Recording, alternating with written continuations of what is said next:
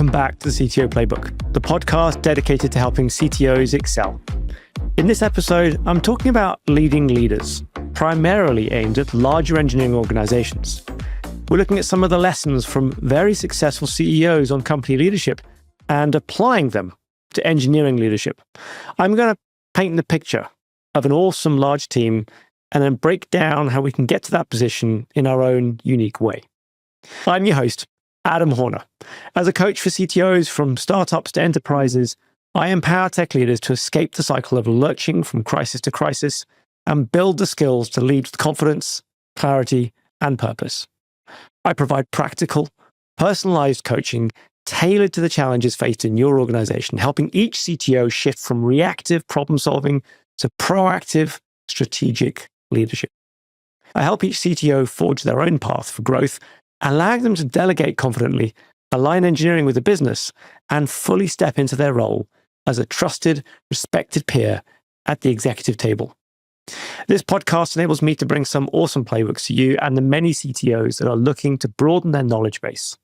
Between me and my guests, we cover valuable topics for executive tech leaders, providing insights, strategies, and practical advice to help you build and refine your own playbook so that you can excel as a CTO as well. This episode does build on top of some of the ideas from episode 32, where I spoke about managing engineering performance. So if you haven't listened to that one yet, it might be a good idea to go and queue that one up first. So for us to talk about large organizations, let's first of all define what I mean by a small organization. So in this case, a small organization, any typical startup, SME business, bootstrap business, something where you've got less than 20 engineers, roughly 2 teams, maybe a few ICs, individual contributors, reporting to the CTO. In this organization, one-to-ones are the principal method of personal development and internal coaching. And this works fine as a system and a process up to about somewhere around about 40 engineers. But beyond that, there's a couple of things that begin to happen. And it's almost without fail. The 2 things are politics and repeating yourself. So why does politics happen? It's one of those things where we think, oh, we'll grow a startup and we're not going to have any politics. I'm a politics-free organization. We're going to make sure we stamp it out whenever we see it. And it's a really good aim. But once you get to a certain size of company, politics creep in. And there's a bunch of reasons for it. You can't know everyone personally once you grow beyond a certain size. There's less trust inherently when you've got more people. There's some people you trust more and some people you trust less. And on that note, there's a greater variety of skills, of seniority, of capability, and a greater variety of focus. Some people are more product focused, some people are more engineering focused, some people are focused on design and UX, etc. We also, in a larger organization, tend to end up with dedicated managers, which is a very different role than you've had previously, where you tend to have leaders who lead and do, sort of the player coach, if you like, from the football world or soccer analogy. And the other thing that we end up with large organizations is some sort of outsourcing or remote working. Maybe it's multiple offices. You've got different locations, sometimes different cultures as well. And as a result of having so many people and so many different teams, you end up with an almost inevitable knowledge asymmetry. Some people know more than others on certain topics. And this is where politics begins to breed. Because of this less trust, less information, less parity of information, rumors start, people start suspecting other people of having things, doing things in a different way or to greater advantage or with more favor. And this tends to be where politics starts from. So beyond a certain size, you will get politics. And it happens. And the other thing you get that I mentioned is repeating yourself. Now, as a leader, you expect to repeat yourself. There's some statistic that says you need to say something 8 times before your audience has even really heard it for the first time. So there's an element of repeating yourself that happens in any organizational size. But with a large organization, what you find is that there's the straightforward repeated communication happens a lot more. You've got more people, more teams, more forums, more meetings, more different kinds of meetings in which you will need to relay information, and you'll be needing to say the same things again and again. You also end up with similar events or similar situations, but with different people, different leaders, and at different times. And they may be very similar because of the fact that your organization has a similar product, the same customers, the same industry that it's working within. And so therefore issues come up at different times. And if you don't have a good information sharing or lessons learned process, you can end up repeating exactly what you said to one team or team leader to another team leader a matter of weeks later, maybe it's months later, when they're encountering pretty much exactly the same issue. And the other thing you end up with in larger organizations and why you might end up repeating yourself is sort of an experience asymmetry, where you end up with one team experiencing something that doesn't become an issue to another team until they need to start making use of the same data or the same process or the same mechanism. They then hit very similar issues or very similar questions get asked from the team. And that asymmetry of experience means that you end up repeating yourself for those reasons as well. So let's look at a large organization then, and let's look at a novel and innovative large organization. And I'm going to take one of I think at the moment, they're the most valuable company on the planet. Jensen Huang, who is the leader there, has very famously been reported to have 60 direct reports. That's a lot of people reporting into one person. And he famously says that he does no one-to-ones, not a single one. Now, if you remember in the previous episode I was talking about before, episode 32, one-to-ones were the number one way of coaching, leading individual contributors in their role as they level up. So if one of the most successful CEOs on the planet by market cap doesn't do one-to-ones, how does he lead? There's a really good answer to this actually from Brian Chesky. Brian Chesky is the CEO of Airbnb, also, again, a very successful global business, which has grown very rapidly within the last decade. And he also does no one-to-ones. At least that's not quite true. He does one-to-ones, but he does ad hoc one-to-ones. And he's very clear about that in his video. He doesn't have any scheduled one-to-ones. So how do they actually lead their teams then? How do they develop their people? How does it work? Let's break it down.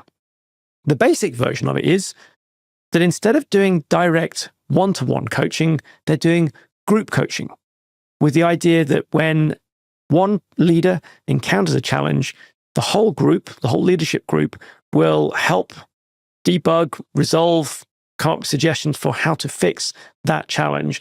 And in so doing, they all take part in that challenge that came up, and they all learn from the same context, the same issue at the same time, and they all share their knowledge, experiences, and hints and tips to overcome that or options that they could use to cover over it. So it changes the focus from being leader-led to being team-led, group coaching approach to leveling up everybody's experiences and knowledge. Now, this has a few interesting side effects.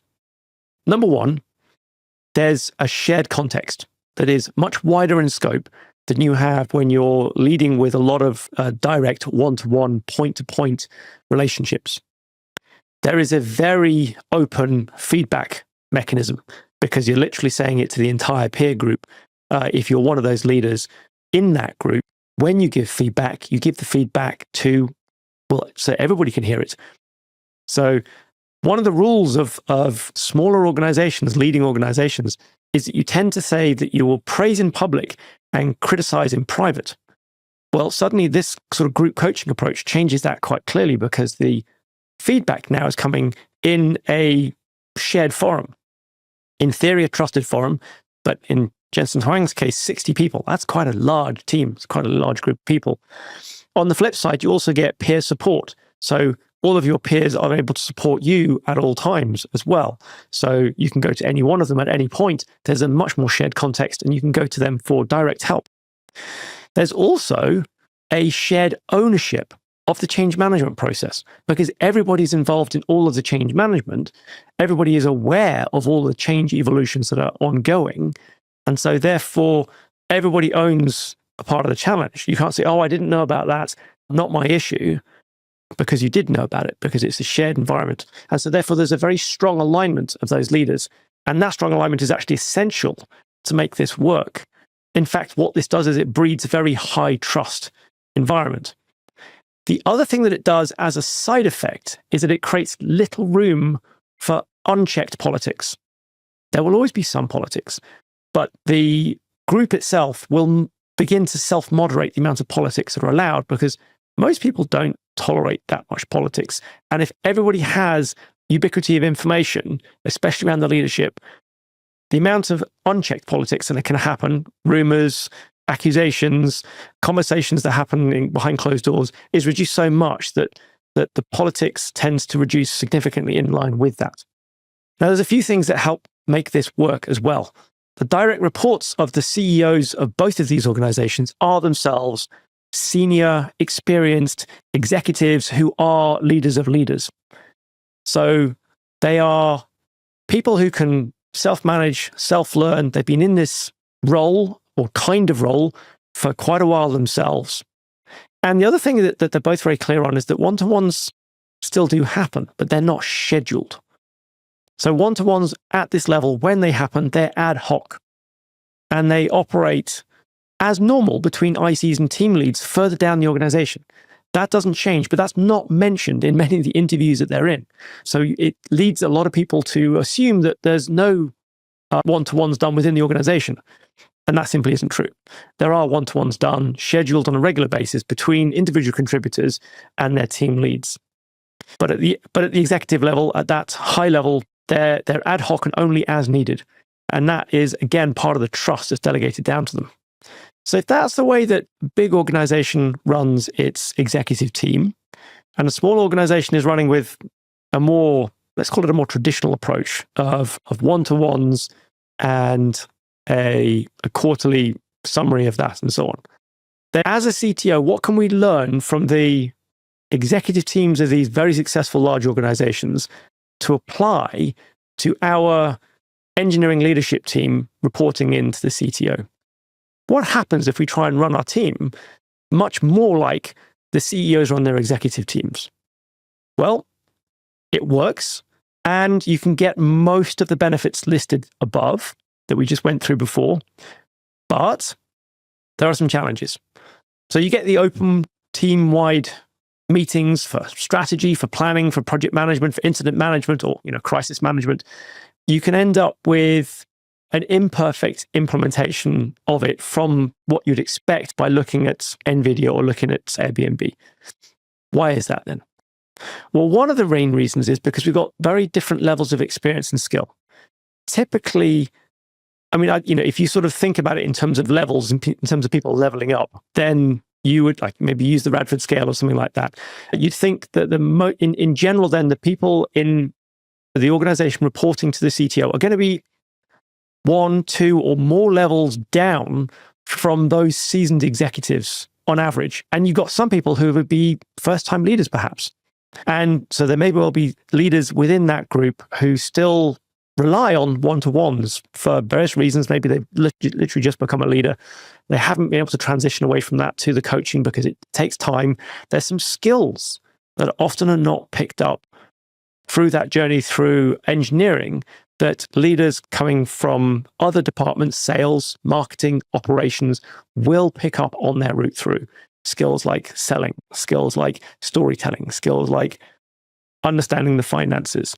And so therefore, you end up with this imbalance that makes a difference between those executive teams and leading a CTO team. Should you try and make it work then, even though there's got all these imperfections and these challenges with it? Well, my view is, yeah, you probably should. It should work in most organizations, engineering organizations that are large enough. It works well with the principles that most engineer type people probably already have or aspire to. For example, equalized voices. So avoiding things like the loudest person taking priority or the squeaky wheel wheedling person. This is the idea that when somebody makes noise lots and often that they will get listened to rather than somebody who is quiet, and avoiding these passive observers, making sure that everybody's involved. And that's what I mean by equalized voices. This is generally a pattern that engineering types like, and this helps make this method work. Another principle that works really well is criticizing the idea and not the person. This is a core principle to making this group coaching type approach work rather than individual one-to-one feedback type approach. And the other thing is that engineers do like to build solutions collaboratively rather than having one person dictating this is the way we're going to do it. Engineers love the concept of agile rather than the waterfall method or the sort of top-down command and control approach. And so therefore, these themes all fit in with this group level coaching type leadership approach.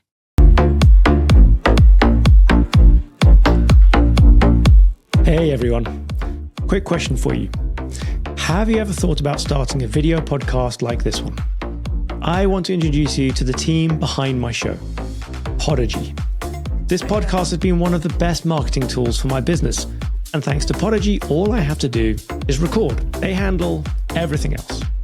Editing, publishing, and making sure it's optimized perfectly for every platform. They're usually fully booked, but right now, they have a few spots open for new clients. As listeners of this show, you get 10% off launching your own podcast or optimizing your current one. All you need to do is follow the link in the description to book a free one-to-one podcast planning session with Podigy.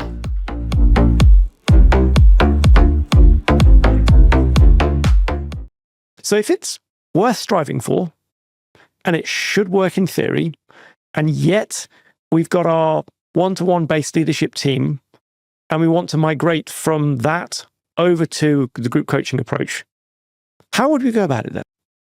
Well, just like we do in almost everything else in engineering, we do a migration. So we're going to plan out a migration, and we're going to evolve our organization towards the point where we can do that. So what would be the first steps we take then? Let's break it down into something that we can actually start to put together in terms of clear steps of a pathway to go from where we are now to where we want to be. A roadmap. The very first thing that I would do then in this is that I would immediately start running a team-wide planning and retro sessions, as well as probably the broadcast communication sessions, which are already happening. Those have already got all of the leaders in them. So those three kinds of meetings would be the first ones to run. What would happen if your team-wide planning had all of your leaders in it every time you planned? Quite different, right? First of all, it feels expensive. That's the first thing to point out. It feels like you're taking a lot of time. So some time has to be given up elsewhere to make sure we've got a balance in terms of the pressures on everybody's diary. So in order to make that work, then you have to get the more experienced leaders to drop the one-to-ones that they're currently doing in order to create time. The second step I would take then as well is that the consistency of information and data availability is ubiquitous. All leaders, all teams should have access, easy access to the same information, the same data, the same analytics. That way, when they are helping each other, which is what you want to have as an outcome of this process, there is no disparity of information. There's no difference between, oh, I know this and I know that. And therefore, people shouldn't be able to come from different conclusions other than from their analysis. So that is how you end up with one way of making the information playing field level so that there's no differences. And then the next step I would take is intention. What is it we're trying to achieve here? We're trying to achieve a way in which everybody has a similar way of thinking, analyzing, breaking down problems, and constructing solutions. So the intention then is to teach the way of thinking from the insights, from the learned truths of the industry, of the solution space, and then have a common approach to the reasoning method, the problem deconstruction, and solution construction. And that is where we end up with this, everybody being challenged on the same things, everybody taking the same issues that come up and taking the similar approach to deconstructing those problems and constructing solutions as a group, as a team. How do we make this work? What's going to go wrong with this? What are the challenges? What's going to trip up this migration as we migrate across?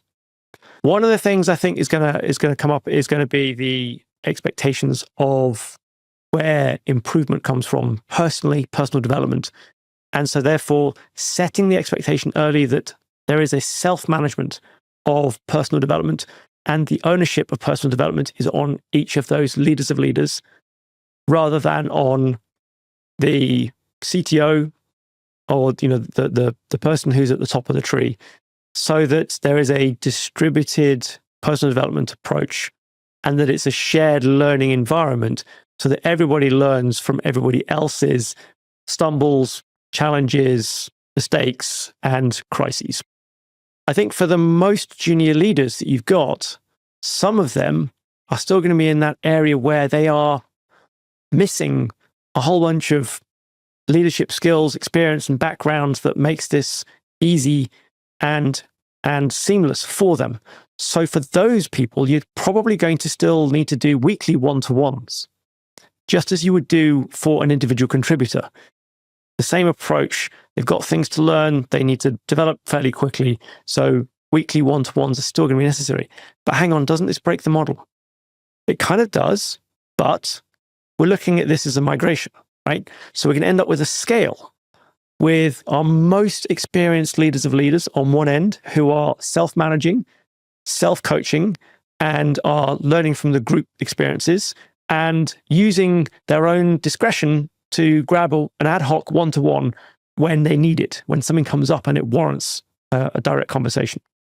But on the other hand, on the other end of the scale, you've got our leaders who've just become leaders who have still very much in the framework and mindset of weekly one-to-ones.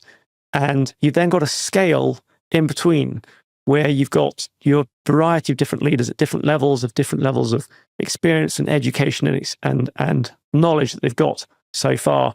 And so therefore you'll end up with one-to-ones that are less often for the more senior, more often for those still getting to grips with leadership. And then there's one other thing that I'd put in place, I think, to make this work so that it doesn't break down and get lost in groupthink, essentially. And that is an open door policy. At the moment, when you create a group leadership area, you end up with people trying to normalize in that leadership team. They try to become as good as each other and level themselves based on everybody else. And one of the things that can do is to suppress the flow of information coming up from individual contributors to the top leadership, which is a problem. So one way to combat that is to have a variant on the open door policy. In the old days, it literally used to be CTO had the corner office, for example, on the engineering floor. The door would be open at any point. Anybody could just walk into that office, close the door and say, I need to have a chat. There are a load of modern equivalents to that. It might be regular office hours where anybody can book office hours with the CTO during those times. It might be a combination of that so that anybody can request a meeting at any point and just schedule a meeting in the CTO's diary. But there needs to be some way where the upward feedback and mechanism to have non-broadcast information flow up to the CEO has to be possible.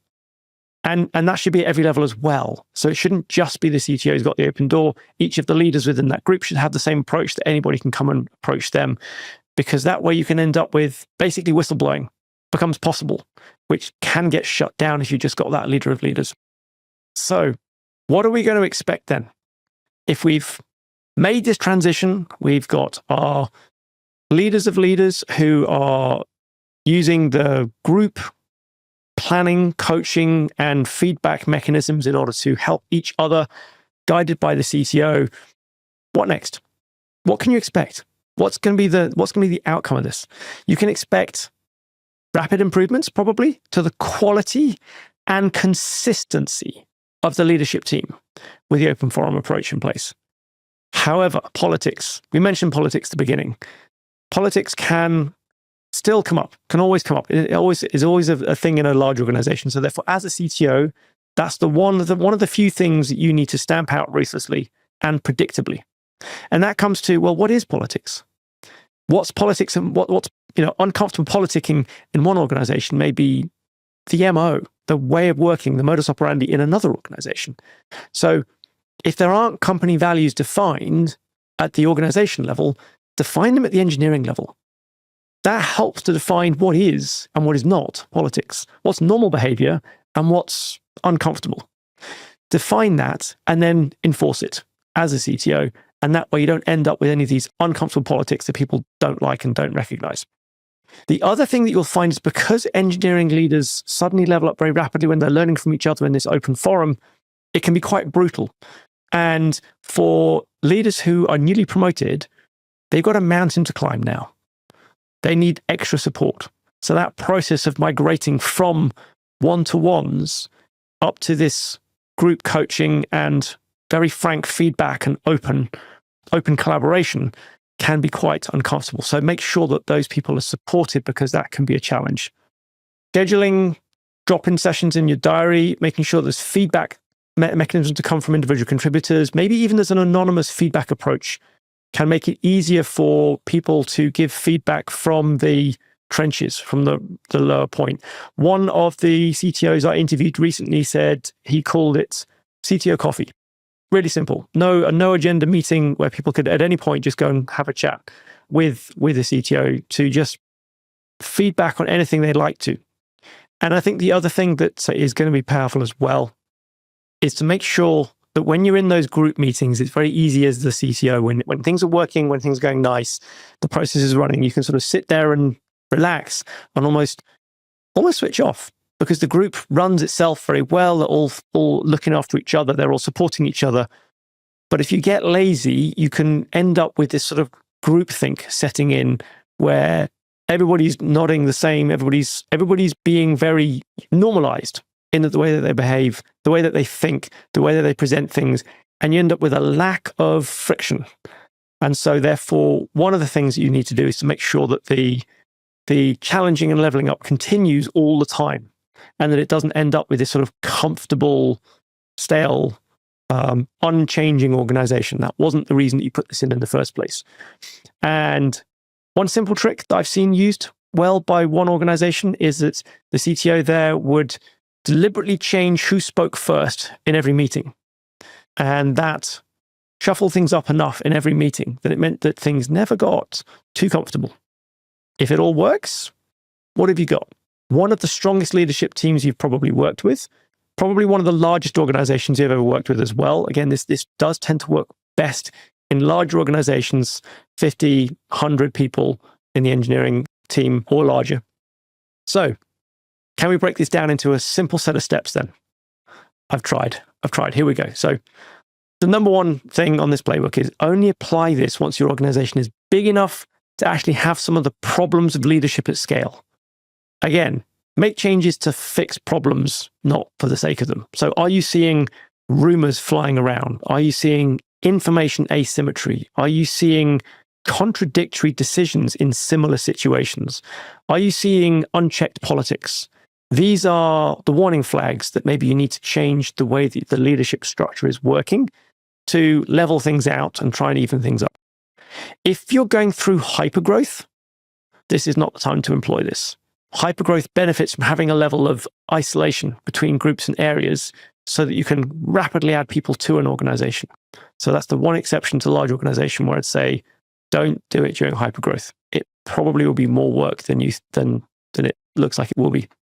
Start with step 2. So start with leader team-wide planning and retro meetings. Facilitate those meetings. Coach the leaders. Third, migrate the most experienced leaders you have away from scheduled one-to-ones so that the onus is on them to request ad hoc one-to-ones when they need it. And that way, that will begin to level out that balance between taking more time for leadership for the group leaders, everybody in larger meetings, and those more experienced leaders need to free up some of their time in the diary to make that work and make that happen. And losing those one-to-ones is one way of doing that. And then number 4, the open door policy, the way of letting information come up through the organization so that you don't lose that ear to the ground, if you like, and you can still hear about things that are going on in teams where optimizations need to be made or things are broken as they go along.